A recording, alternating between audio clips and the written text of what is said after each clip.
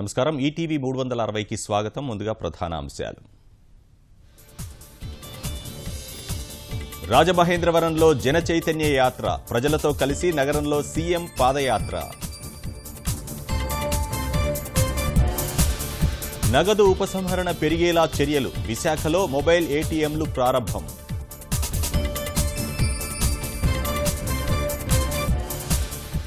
ప్రకాశం జిల్లాలో 65 లక్షల విలువైన పెద్ద నోట్లు పట్టివేత, గుంటూరుకు తరలిస్తుండగా పోలీసుల స్వాధీనం.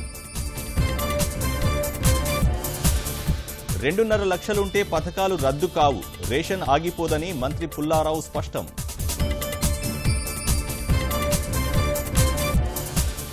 ఐటీఐలో సమూల మార్పులకు కేంద్రం యోచన, ప్రత్యేక పరీక్ష ద్వారా ఇంటర్ సమాన హోదా.